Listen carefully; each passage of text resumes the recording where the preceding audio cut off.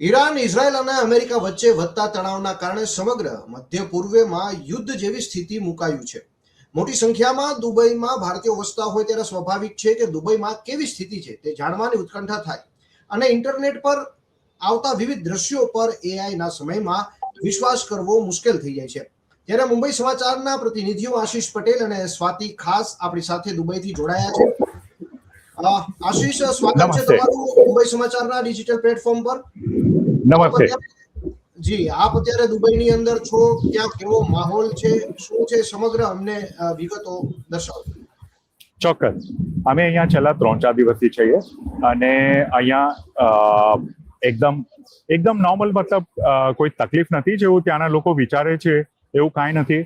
તમે મારી પાછળ રોડ જુઓ છો, એ અહીંયાનો મેઇન જે અબુધાબી જવાનો રોડ છે એની ઉપર તમે જોશો તો ટ્રાફિક કન્ટિન્યુઅસ ચાલુ જ છે. આ જે અહીંયાના કોમ્પ્લેક્સમાં પણ જુઓ કે તમે મારી પાછળ જે શોપિંગ સ્ટોર્સ અને એવું બધું જુઓ છો એ બધું પણ એમાં લોકો આવેલા છે. મારી સામે એક રેસિડેન્શિયલ કોમ્પ્લેક્સ છે, એમાં પણ તમે જોશો, આ જો મારી પાછળ અગર તમે જુઓ તો બચ્ચાઓ કોમ્પ્લેક્સમાં રમી રહ્યા છે. એવું જોયું તો કોઈ અહીંયા પેનિક કે કોઈ તકલીફ એવું કાંઈ નથી. હા, ફ્લાઇટ ડિસ્રપ્શન છે એને લોકોને થોડી ચિંતા થાય, પણ એ સિવાય આમ જોવો તો બીજી કોઈ જે રેગ્યુલર રૂટીન લાઈફ છે એમાં કાંઈ નથી. સુપર સ્ટોર્સમાં અહીંયા બધી વસ્તુ અવેલેબલ છે. ક્યાંક પણ જવું હોય તો ટેક્સી, ટ્રાફિક બધું જેમનું એમ ચાલે છે. હા, સન્ડે છે એટલે આજે થોડી ટ્રાફિક ઓછો છે. તો જે રીતે ઘણા ટુરિસ્ટ જે છે એ અટવાયેલા છે, વિવિધ ઇન્ટરનેટ પર આપણે વિડીયોઝ જોતા હોઈએ છીએ અને ખાસ કરીને એઆઈના સમયમાં જે પ્રમાણે જે વિડીયોઝ ને જે બને છે, બિલ્ડિંગોને મોટી નુકસાની કઈ સાચા શું સમગ્ર હકીકત છે એને લઈને? જો અહીંયા અમે હમણાં થોડી વાર પહેલા બજારમાં પણ ગયા ત્યાં દુનિયાભરના ટુરિસ્ટ કે જેમાં ઇન્ડિયન પણ છે, નોન ઇન્ડિયન્સ પણ ઘણા બધા છે કે જે લોકો બધા એકદમ શાંતિથી બધા ટુરિસ્ટ પ્લેસીસ પર ફરતા હતા. અમે એક જગ્યાએ લંચ માટે ગયેલા હતા તો ત્યાં પણ એકદમ ઇઝીલી જઈને, મતલબ કોઈ જાતનું એવું પેનિક નથી. અને જે એઆઈના વિડીયો તમે કીધું, હવે એ જૂના વિડીયો પણ ફરતા હોઈ શકે, ખબર નથી. એવું કાંઈક કોઈ અહીંયા ક્લેરિફિકેશન કર્યું નથી. બટ મતલબ એવા વિડીયો અને જ્યારે હસ્તાપાની હકીકત જોઈએ તો એ બંનેમાં ખાસો મિસમેચ છે. રાહુલ, અચ્છા, બાય ધ વે, આ મારી સાથે મારા કલીગ સ્વાતિબેન પણ છે. અહીંયાની સિચ્યુએશન બધી કંટ્રોલમાં છે. રેસિડન્ટ્સ બી સેફ છે, બહારથી આવેલા લોકો બી બધા સેફ છે. તો મારું એમ જ બધાને એમ કેવું છે કે જે તમે વિડીયો યા એવું કંઈ જોવો છો, પ્લીઝ થોડું પેશન્સ રાખજો. અહીંયાની situation is everything under control. એકવાર એરપોર્ટ ચાલુ થઈ જશે, બધા પોતપોતાના ઘરે સેફલી આવી જશે. અધરવાઇઝ તમે જો અમે બહાર બી ગયેલા હતા તો બધી situation is under every control and બધા ફરે છે, બધા બિઝી છે પોતપોતાના લાઈફમાં.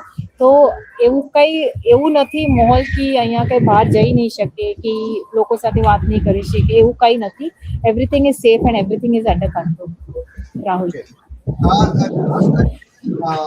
ભારતમાંથી મોટા પ્રમાણમાં લોકો ત્યાં કામ માટે, બિઝનેસ માટે ત્યાં જતા હોય છે અને તેના પરિવારને અત્યારની સ્થિતિ મુજબ એમની ઘણી ચિંતાઓ થતી હોય છે. તો આપ અત્યારે ત્યાં કે જ્યારે સમાચાર ભારતીય સમય મુજબ 1 માર્ચ 6:20 દરમિયાન આપણે આ રેકોર્ડ કરી રહ્યા છીએ આ સમાચાર, તો તમે સંદેશો તમે આપવા માંગશો ત્યાંની સ્થિતિ લઈને ભારતીય? બરોબર. અમે અહીંયા ઘણા બધા ભારતીયોને પણ મળ્યા છે કે જે લોકોના રિલેટિવ્સ ત્યાં છે. ડેફિનેટલી એ લોકોને પોતાના રિલેટિવ્સ, ફ્રેન્ડ્સ સર્કલ બધાના ફોન આવતા હોય છે, અમને પણ આવે છે. પણ તેમ છતાં અમે એ લોકોને પણ એ જ કહીએ છીએ કે એવી ચિંતા કરવાની કોઈ જરૂર નથી. ઓન ગ્રાઉન્ડ અહીંયા જુઓ તો એવી કોઈ તકલીફ નથી, કોઈ પેનિક નથી, બધું રેગ્યુલર ચાલે છે, કોઈ વસ્તુની શોર્ટેજ નથી, કોઈ ડર નથી. હા, એટલું છે કે ફ્લાઇટ નથી, એટલું જ ફક્ત એ લોકોને તકલીફ, એ સિવાય બીજી એબ્સોલ્યુટલી બીજી કોઈ તકલીફ નથી. સ્વાતિ, હું એ કહીશ કે જે લોકો અહીંયા અટકેલા છે અને જે બધા ચિંતા કરે છે કે બધાના ફેમિલી ચિંતા કરે છે, બધાના એઝ યુ સેડ બધા જ લોકો ચિંતા કરે છે, તો બધાને એમ કહું કે તમે ખુશ રહો કે બધા અહીંયા સેફ છે. રાઈટ. ધ ઓનલી થિંગ કે એર સ્પેસ નથી ચાલતું અને બાકી બધું અહીંયા એક્ટિવિટી સરસ ચાલે છે. લોકો પોતપોતાના એમાં બિઝી છે. મારા એક ક્લાયન્ટ છે જેના સાથે મેં વાત બી કરી, એનો પોતાનું એક ટૂર અહીંયા આવેલી છે. તો બધા ફરે છે, સાઇટ સીન કરે છે, એવરીથિંગ ઇઝ ગોઈંગ બધું નોર્મલ. સો બી એશ્યોર્ડ કે તમારી ફેમિલી અહીંયા બધી સેફ છે ને કોની કંઈ તકલીફ નથી. બસ એકવાર એર સ્પેસ ચાલુ થઈ જશે ને બધા સેફલી તમારા ઘરે આવી જશે. ઇનફેક્ટ ઇન્ક્લુડિંગ અમે બી વેટ જ કરીએ છીએ ક્યારે એર સ્પેસ ચાલુ થાય ને અમે પોતપોતાના ઘરે જઈએ. હું આપને એ પૂછવા માંગુ છું ઓકે. આપણા તંત્ર તરફથી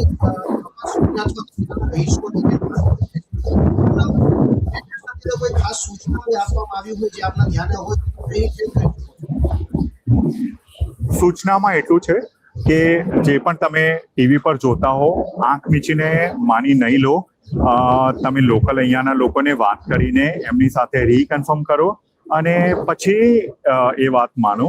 બાકી મને નથી લાગતું કે જે ટીવી પર જે હોય એ બધું આપણે આંખ મીચીને માની લેવા જેવું છે. કારણ કે અહીંયા ખરેખર મેં ખુલ્લી આંખે જોયું છે તો એ સિચ્યુએશન જે ત્યાંના ન્યૂઝ પર આવતી હોય છે એના કરતાં કમ્પ્લીટલી ડિફરન્ટ છે. એવી જે ન્યૂઝ ચેનલે જે પેનિક ફેલાવ્યું હોય એવી અહીંયા સિચ્યુએશન મને નથી લાગતી. એટલે અગર જો ત્યાંના લોકોને પેનિક એ થતું હોય, ચિંતા થતી હોય, અહીંયાના એમના રિલેટિવ જે કોન્ટેક્ટ છે એમને એકવાર ફોન કરી લે અને વાત કરી લે.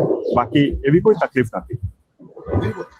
અને એક સવાલ જે સ્વાતિ આપણે કહેવા માંગુ છું નહીં, બસ એ જ આશીષે કીધું કે પ્લીઝ ચિંતા નહીં કરતા, બધા અહીંયા સેફ છે. તમારા બધા પરિવાર બધા જે ચિંતિત છે, જેવા અમારા પરિવાર બી ચિંતિત છે કે અમે અહીંયા અટકેલા છે, એવું કંઈ નથી થવાનું. એકવાર બસ એર સ્પેસ ચાલુ થઈ જશે તો બધું શેડ્યુલ ઓન ટાઈમ થઈ જશે તો life will be the same what it was before. હું આપને એ પૂછવા માંગુ છું કે અત્યારે એવું કહી શકાય કે ત્યાંના સ્થાનિક તંત્ર દ્વારા કોઈ કહેવાય કે છે નાગરિકો કે પ્રવાસીઓ પર કે